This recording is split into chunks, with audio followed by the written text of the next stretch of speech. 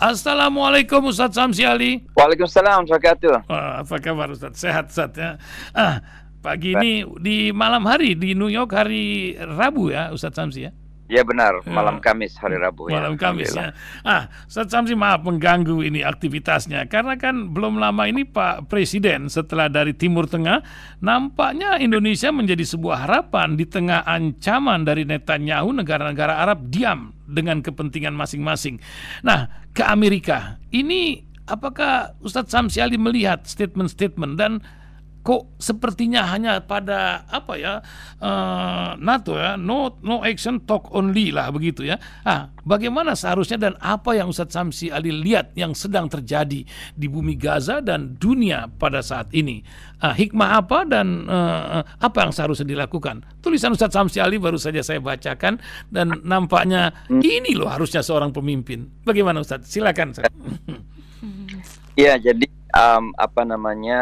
semakin kita mengikuti apa yang terjadi di Gaza saat ini, semakin menyayat hati kita ya. Betul, sangat. Menyayat hati kita, menyakitkan hati kita, bukan saja karena kita memang Muslim dan kita punya ikatan batin dengan Masjidil Aqsa dan juga saudara-saudara kita di Palestina.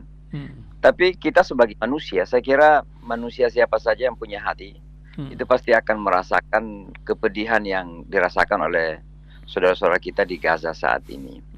Dan oleh karenanya seharusnya memang hal ini diambil secara serius oleh dunia internasional, tapi lebih khusus lagi oleh dunia Islam.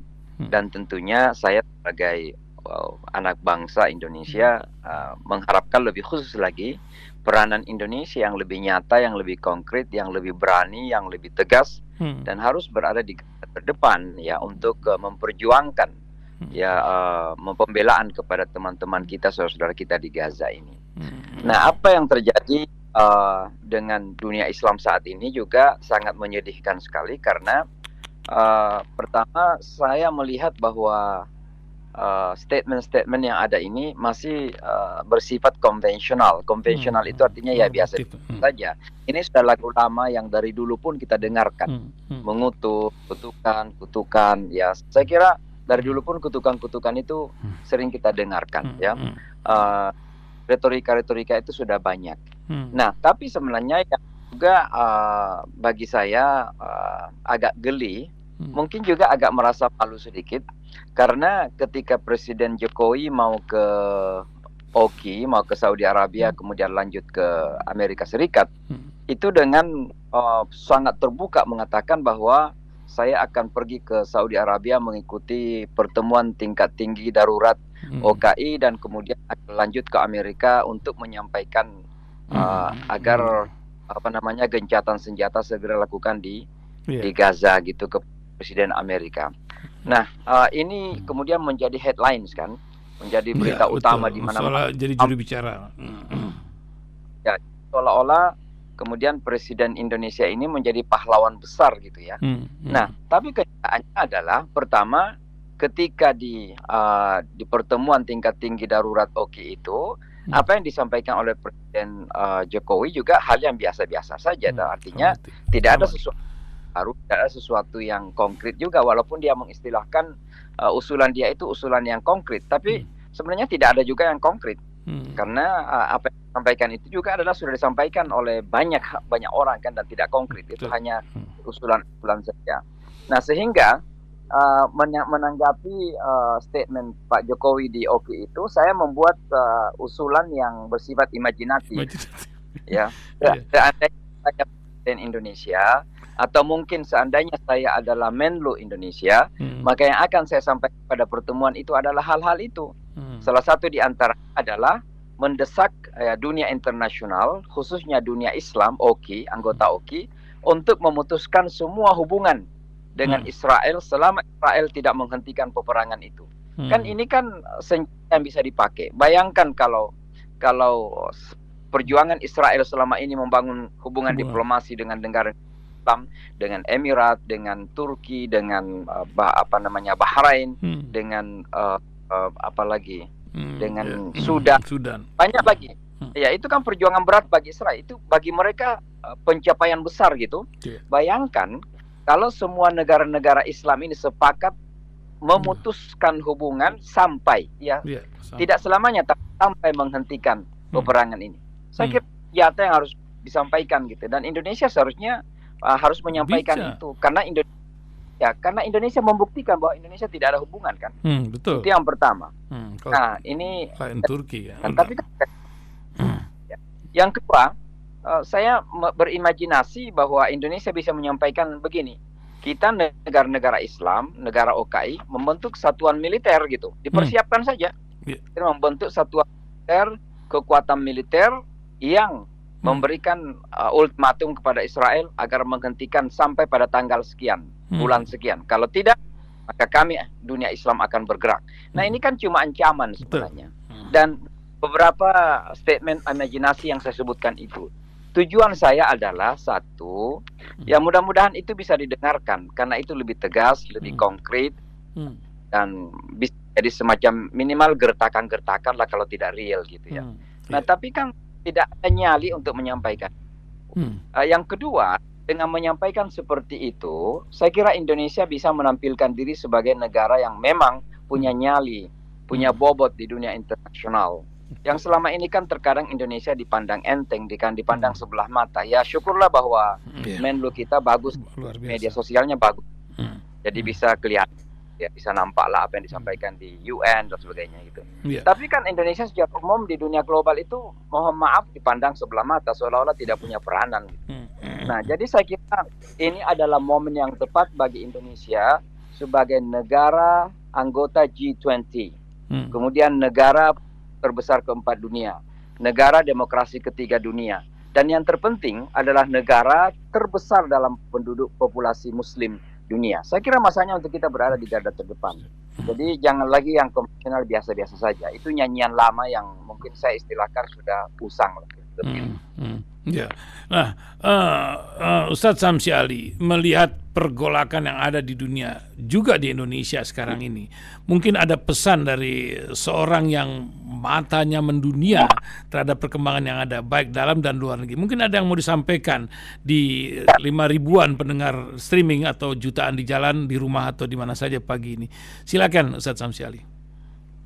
Yang saya ingin sampaikan adalah begini, Indonesia ini kan sudah kita sepakati sebagai negara besar, negara hebat, punya potensi yang besar, punya masa depan yang besar. Tapi Indonesia ini perlu sopir yang punya kredibilitas dan kemampuan gitu ya. Kita perlu pemimpin yang bisa membawa negara ini kepada posisi yang diharapkan. Jadi jangan selalu menjadi negara besar yang memiliki tangan pasar, di bawah gitu. Jadi pasar saja. Kan Indonesia diri seperti itu. Minta dikasihani, kemudian karena ambisi membangun kita harus minta-minta dan merasa tidak punya apa-apa. Masanya Indonesia ini punya pemimpin yang punya nyali. Dan terus terang saja ya, ada 3 calon sekarang ini yang sudah ditetapkan oleh KPU, sudah punya nomor. Ya saya melihat ada seorang muda yang sangat cerdas, punya wawasan dan punya misi dan visi yang jelas, punya integritas dan juga punya rekam jejak yang. Nah, jadi saya kira yang ingin pesankan adalah masyarakat Indonesia harus membuka mata bahwa pilpres tahun depan ini akan menjadi sangat menentukan bagaimana Indonesia baik peran secara domestik maupun lebih lagi peranan secara global.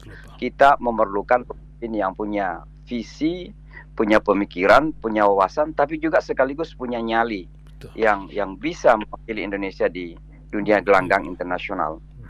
Dan saya kira saya kalau harus menyebut nama ya Anies Baswedan misalnya ya. Anies Baswedan memang dia punya wawasan ya, dan juga punya kapabilitas untuk bisa minimal memberikan masukan yang konkret bagi penyelesaian konflik Palestina Israel masa yang akan datang. Saya pada kesempatan lalu bertemu dengan beliau singkat, dan beliau sempat bertanya pendapat saya tentang konflik Palestina Israel itu. Saya sampaikan apa adanya. Dan saya kira ketika itu ya cukup mengapresiasi lah. Dan kalau Allah takdirkan beliau menjadi presiden, saya akan memberikan masukan-masukan sesuai dengan apa yang saya pahami. Kenapa saya mengatakan saya pahami? Karena saya banyak belajar dari orang dalam. Orang dalam itu maksudnya apa? Dari orang Yahudi maksud saya. Orang Saya ini Yahudi kan berdialog dengan sama mereka. saya ini berdialog. Hmm. Jadi banyak mancing mereka untuk mengeluarkan pendapat tentang bagaimana mereka melihat konflik ini, bagaimana mereka melihat Palestina, bagaimana apa keinginan mereka sebenarnya. Nah, dari mereka ini Ustadz, pendengar ingin tahu nih, apa yang mereka Yahudi di New York ini maunya gitu. Ada beberapa ada yang ekstrim. Yang ekstrim ini memang kira-kira ingin inilah Zionis ya, ingin memang jadikan Israel itu sebagai negara yang menguasai dunia. Nah itu memang ya kalau saya menarik kepada konsep kita di Islam itu ya mungkin ini adalah semacam khilafah global lah kira-kira begitu ya. Ya gitu. Ini juga ingin ada satu pemerintahan pusat dan mereka lah Yahudi yang itu Zionis kan. Tapi secara umum itu Yahudi sekarang ini sangat ketakutan. Ini saya sebentar akan menyampaikan satu tulisan ini, nanti saya akan kirimkan juga. Satu tulisan, saya tadi baru ketemu dengan seorang pendeta Yahudi karena dia menonton saya di MSNBC beberapa hari yang lalu. Saya ada wawancara di TV Amerika dan dia menonton saya, sehingga dia tertarik untuk ketemu dengan saya. Dan ini saya baru selesai tadi ketemu dan terus terang saja saya menyampaikan nasihat yang dari hati saya kepada dia. Saya katakan, this is from a friend to a friend. Dari teman ke teman saya bilang. Saya menyampaikan begini. Sekarang ini Anda masih seperti upper hand, masih seperti tenang saja, masih kuat ya. Karena Anda didukung oleh Amerika. Yang kedua, karena masih ada beberapa negara Arab dan Islam yang masih berteman dengan Anda, saya bilang. Tapi satu hal yang saya ingatkan, tidak ada yang permanen dalam dunia ini kecuali perubahan. Pasti akan terjadi perubahan. Dan di Amerika ini akan terjadi perubahan. Tidak selamanya Amerika akan memberikan dukungan kepada Israel dan tidak selamanya negara-negara yang bersahabat dengan Israel sekarang ini diperintah oleh orang-orang yang masih mau bersahabat dengan Israel. Ya, maka saya bilang begini, saat sekarang ini Benyamin Netanyahu sedang melukai dunia Islam dan luka ini sangat dalam sekali, susah untuk disembuhkan. Apakah Anda masih merasa tenang dengan tahun-tahun yang akan datang? Ternyata dia juga ketakutan. Jadi orang Yahudi sekarang ini itu ketakutan sebenarnya. Mereka sedang berimajinasi 10 tahun, 20 tahun yang akan datang ketika pemerintah Arab yang sekarang berkuasa ini tergantikan oleh generasi muda yang ternyata punya spirit perjuangan dan juga di Amerika terjadi perubahan, maka siapa lagi yang akan mendukung Israel? Maka saya sampaikan kepada dia begini, sejujurnya tidak ada manusia di atas dunia ini yang punya hati untuk bisa belas kasih kepada Anda kecuali orang Islam. Dan Anda silahkan belajar sejarah, saya bilang. Umar bin Khattab lah yang kemudian memberikan izin kepada masyarakat Yahudi kembali ke Yerusalem. Dan ketika Anda dibasmi di Eropa, yang banyak melindungi orang-orang Yahudi di Eropa adalah orang-orang Islam. Anda harus ingat itu. Dan ternyata dia sadar, dia baca sejarah itu. Jadi maksud saya adalah bahwa saat ini itu masyarakat Yahudi sedang ketakutan sebenarnya karena apa yang terjadi di Gaza. Jadi mudah-mudahan ini bisa saya ajak sebenarnya dia bersama untuk menekan pemerintah Amerika untuk segera melakukan gencatan senjata. Oke. Terima kasih Ustadz Samsi Ali, sangat mencerahkan dan tentu saja membawa pendengar menjadi terbuka, jadi tidak dalam katak dalam tempurung lah gitu. Terima kasih Ustadz Samsi pagi ini menemani kita. Semoga Allah memberikan keberkahan yang terbaik buat negeri kita, buat umat di seluruh dunia. Assalamualaikum warahmatullahi wabarakatuh.